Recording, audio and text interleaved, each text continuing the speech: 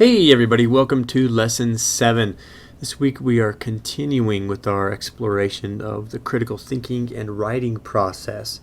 And you will also be learning how to integrate quotations into your writing. This is an important skill to have because you don't want to just throw the quotation in and just assume that your reader is going to understand how you intend that quotation to fit into your own argument. So you'll need to introduce the quotation and then give the quotation and then provide some interpretation to tie that quotation into your own argument. So those are some important skills that you'll be learning about more this week. You'll also learn the importance of transitions and coherence in writing. Transitions move us from one idea to another in a smooth fashion, so there's not a lot of stops and starts. This is something that I find often in the writing of young students and oftentimes inexperienced writers, that they just can jump from ideas to ideas without making clear transitions between their ideas, just assuming rather that the reader will understand the connection that they're trying to make. Transitions are one way that you can sort of walk with your reader through your argument, and it allows them to see what you're going for so that they don't have to come to the conclusions so that they don't have to work so hard to understand the conclusions that you're trying to make. That's what I was trying to say there. You will also practice avoiding awkward sentences because there's nothing more awkward than an awkward sentence. That's just awkward. Anyway, so again this week we'll be looking at, you'll practice responding to some difficult questions, as is pointed out in this paragraph here. This is a really important thing to keep in mind, is that there are some questions for which there are no black or white answers, that there's a lot of gray area. People will have a lot of different opinions on different ideas, and that is okay, and that it should be encouraged, the diversity of opinions.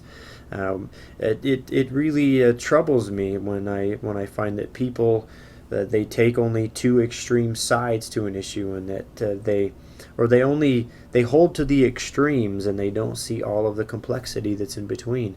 Because in that complexity and in that nuance is the richness, I think, of life, of the diversity of our life on this planet, that we all have different opinions about things, and that we should be happy about that, and we should encourage others in their different thinking, and that we should engage them in their own thinking. So just some things to consider as we go throughout the discussion this week, as we consider our continue to expand our thinking about the critical thinking and writing process. Now, per the schedule that per the format that we have for every week, you've got some grammar lessons, reading assignments, discussion board, paragraph and essay development.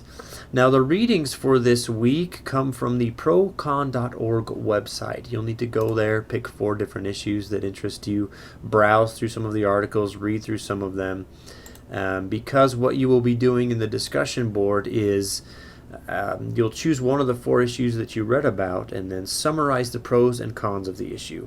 And then what you'll do after you summarize the pros and cons is that you will make a statement. You'll say something like, "This is where I stand on the issue. I want you to take and make your opinion known, and then provide support for that, why you feel that way." So that's what you'll be doing. Now, it should be your response should be at least 1 paragraph long, 100 to 150 words in length. If you go longer than that, and that might be the case because some of these, again, the issues are complex, and it might take you more than just a few words to summarize both sides of the issue. So you might expand beyond the 100 and 150 words suggested length, because there are a lot of things to think about. There are many topics that you can browse through here and just pick those that interest you the most, or that you are interested in learning about, maybe that you already know about and you just want to expand your understanding.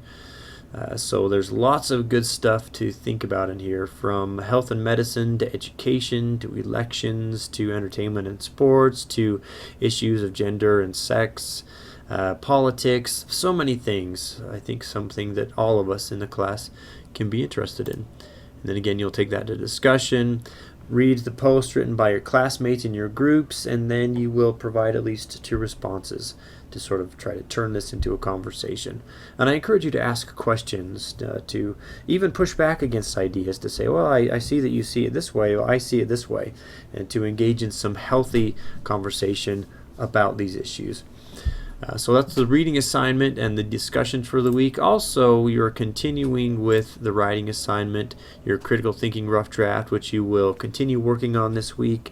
You'll take it again to your gathering, and the final critical thinking essay is due at the end of the week, so just keep that in mind. Integrate the feedback that you receive from your peers and submit it by week's end. Really, that's all the out of the ordinary, I suppose, for the week.